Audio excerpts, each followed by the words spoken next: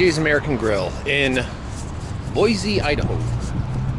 Got a guy with a Victory motorcycle. Looks pretty cool.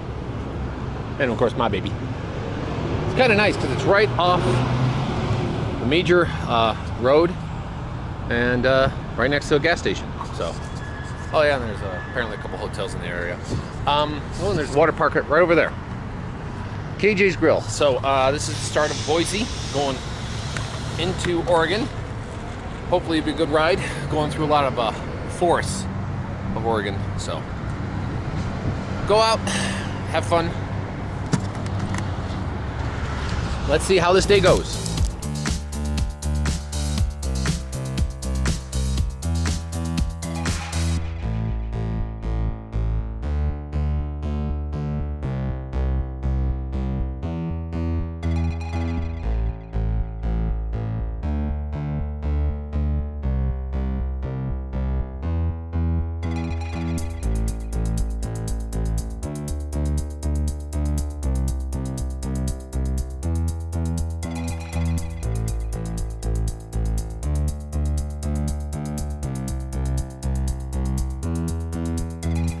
So I'm at Mower County, Oregon Trail Heritage Site. As you can see, we got a nice vista. And that right there is actually a dormant volcano. Now, it hasn't erupted in millions of years, and they don't expect any kind of eruption anytime in the next few million. So, you know, but they say the land is still geologically active with a bunch of hot springs where it's molten lava miles underneath the ground are actually heating, you know, hot springs in the area. And you can just see out all the farms. Solar farm, irrigation, trench, ditch, aqueduct, whatever you want to call it. You know, back there I must have been driving by some onion farms, because all I could smell were onions. And then there was a sugar factory where they take sugar beets and they make sugar out of them. Idaho, where your food is grown, or some of your food is grown.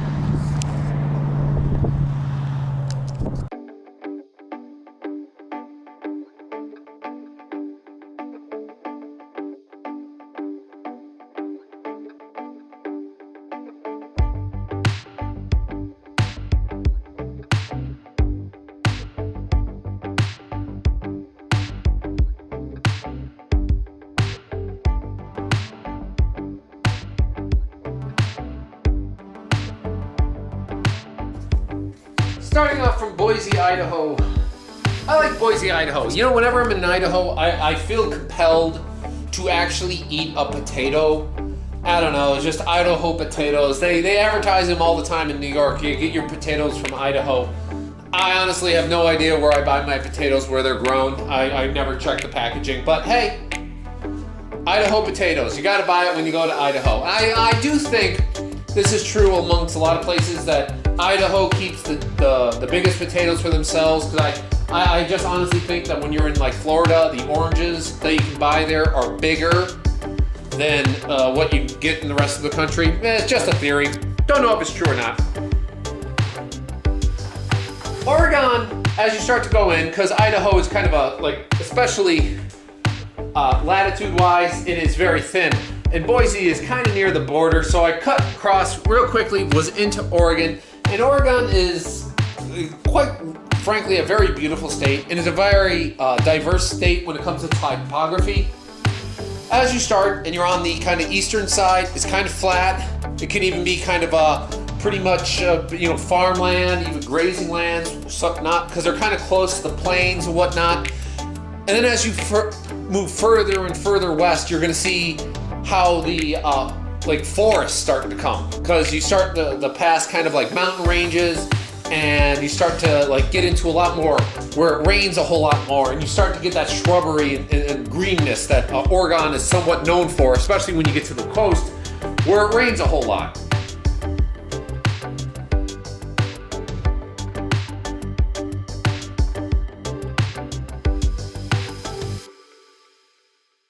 A little bit of Oregon history. The historic Dorado Ditch What this ditch came down to is it was a conflict between miners and ranchers.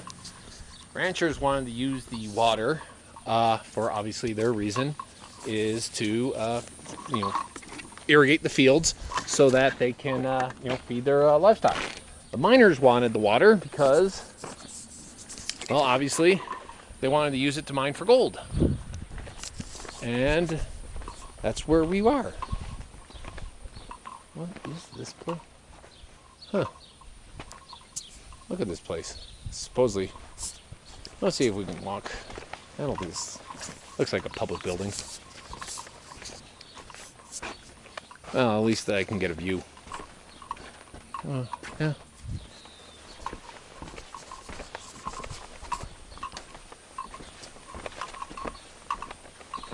Huh. Looks like there's nothing in there. Yeah, there's nothing in there.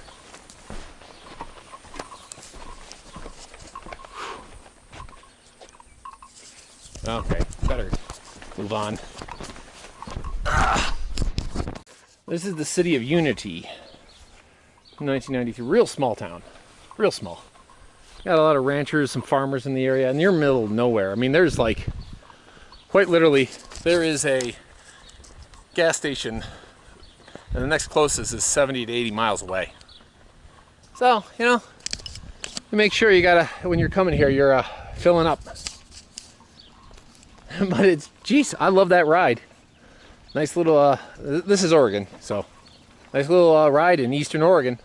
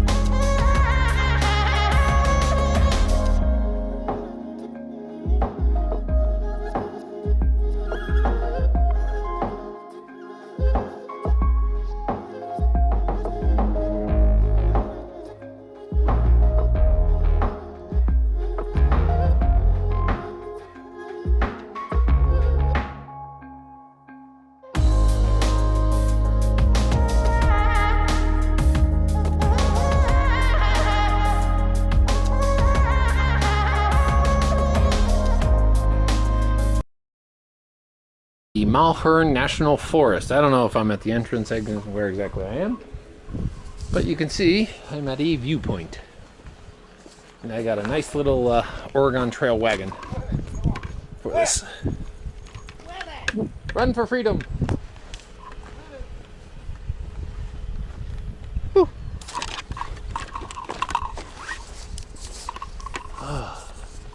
Look at this view. Talk about all the stuff I got up here. I got a extinct volcano, plenty of hiking. This is where a lot of water can.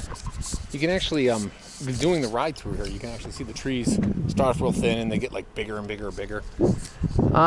Further west you go, closer you get to where the redwoods are.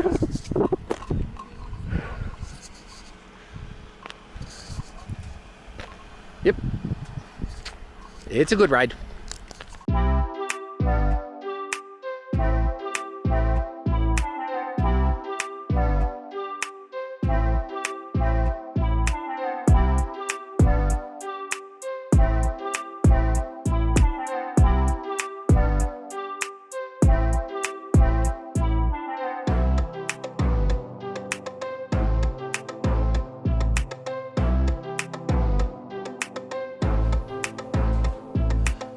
So for the most part, that people know Oregon is obviously maybe the Oregon Trail, and I was not on this trip. I was just headed off into it, and I was looking for places to stop, and I found a few along this route, and I was just heading further and further inland.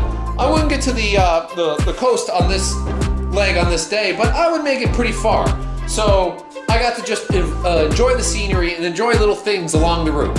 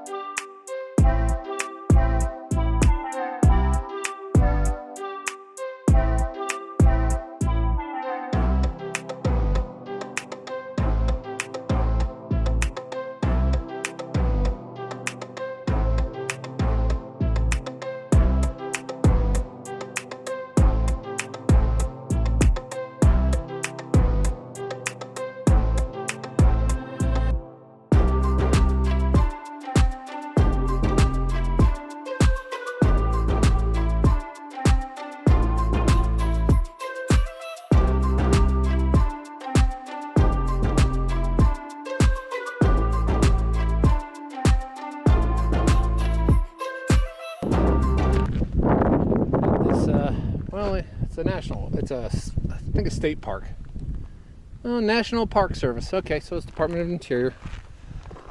This is a whole formation. What they're talking about is there are specific trails you can go hiking on, and this used to be home to a lot of diverse, used to be a lot wetter. I guess millions of years ago. You can kind of see through the rock, the stratosphere, that sedimentary rock. This place used to be a lot wetter. They found a lot of different animals here.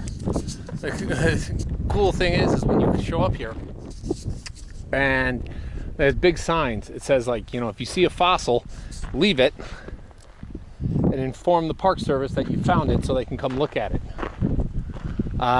They got a few other things out here. No drones. Like almost every park I've been to says no drones. So drones are the latest, biggest thing, and you're not allowed to have them anywhere in the parks. Whew. And this is Middle Oregon, and that's considered a highway. That 2-lane road, that's considered a highway here.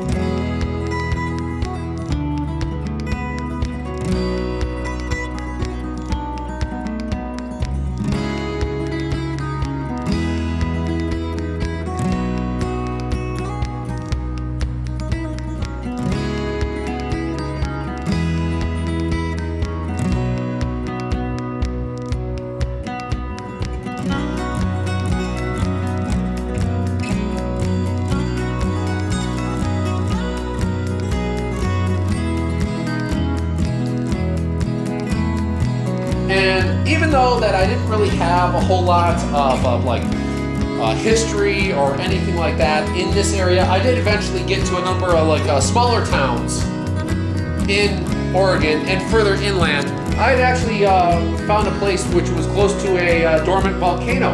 It was, but I'll do that another time.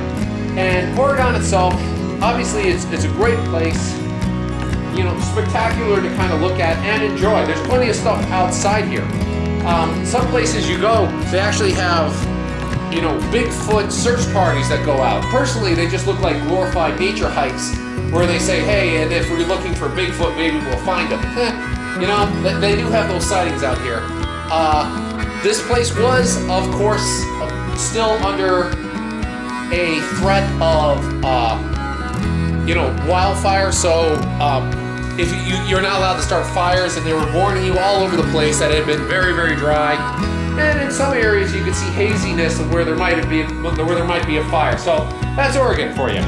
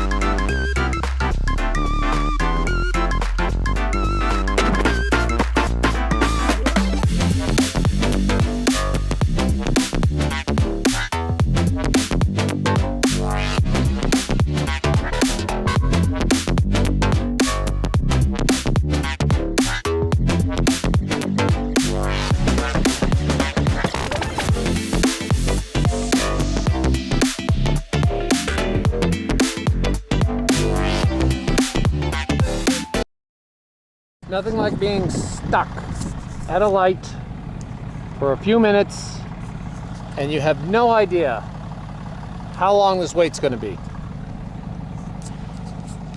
None whatsoever.